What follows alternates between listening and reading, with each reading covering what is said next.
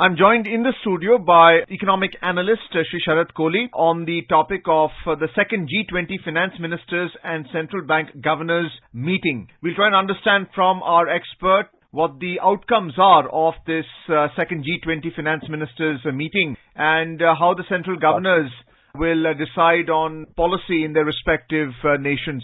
Sharad, a warm welcome to you in the program. My greetings to all the listeners of All India Radio. Sharad, for the benefit of our listeners, do tell us the implications and importance of this G20 grouping and what does it mean when finance ministers and central bank governors come together to discuss on any issue concerning policy. Arjun, what makes this meeting different and special for us is for two prime reasons, and I would love to highlight those reasons here. The first reason being that India now holds presidency of G20.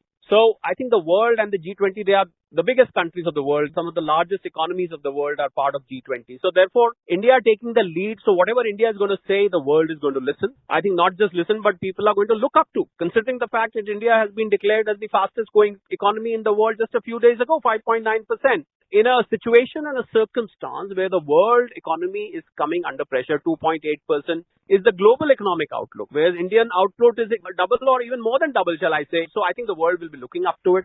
So I think that is my first point. The second point, which makes this meeting important, is the situation around the globe, because this meeting is happening at a time when the world economy is facing a challenge. The challenge was COVID from 2020 to 2022 early, or maybe 2021. For two and a half years, the world was badly impacted by COVID-related trouble.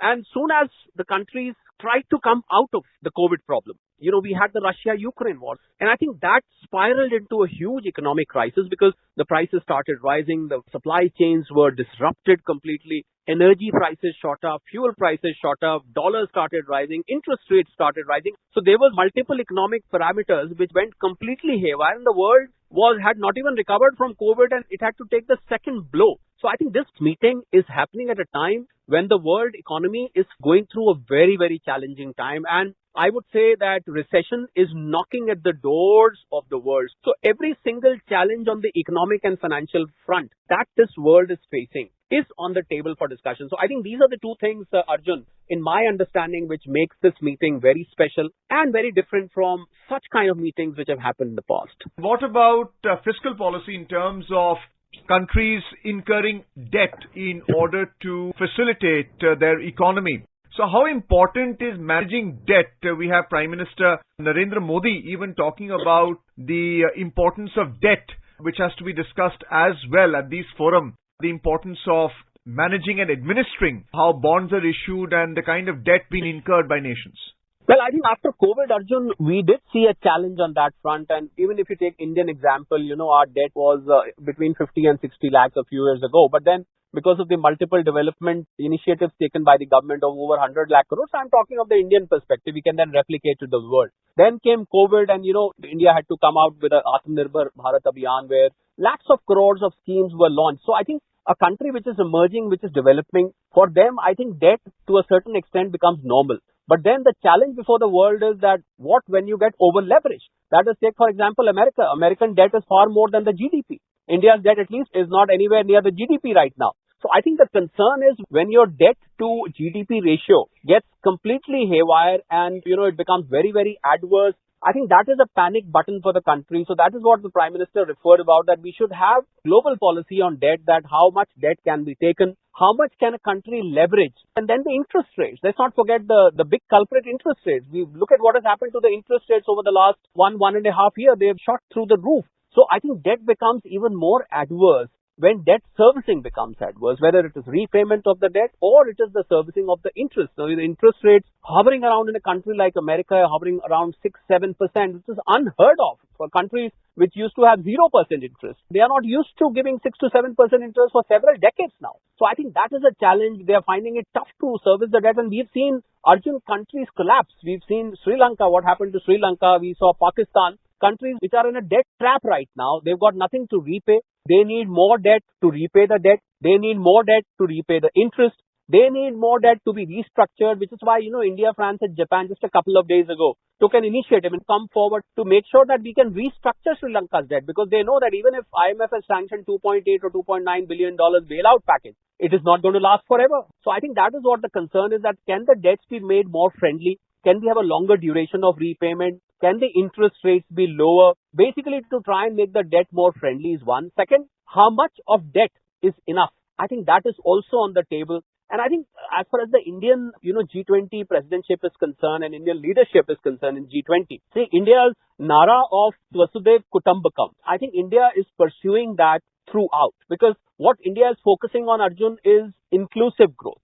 If we say Sabka Saath, Sabka Vishwas domestically, I think India is trying to replicate, and this principle is applicable universally, even across the world. So we had the Global Sovereign Debt Roundtable GSDR meeting that was held on the 12th of April, and this was co-chaired by the Honorable Finance Minister, the MD of the IMF, and the World Bank President as well. So which do you think is the more important issue that has to be tackled, or is it to be taken together? Debt management to avoid a debt crisis or a debt trap, or do you see inflation as a primary concern for central banks right now, even though there seems to be a great deal of interrelationship between both the monetary policy and the fiscal policy of nations?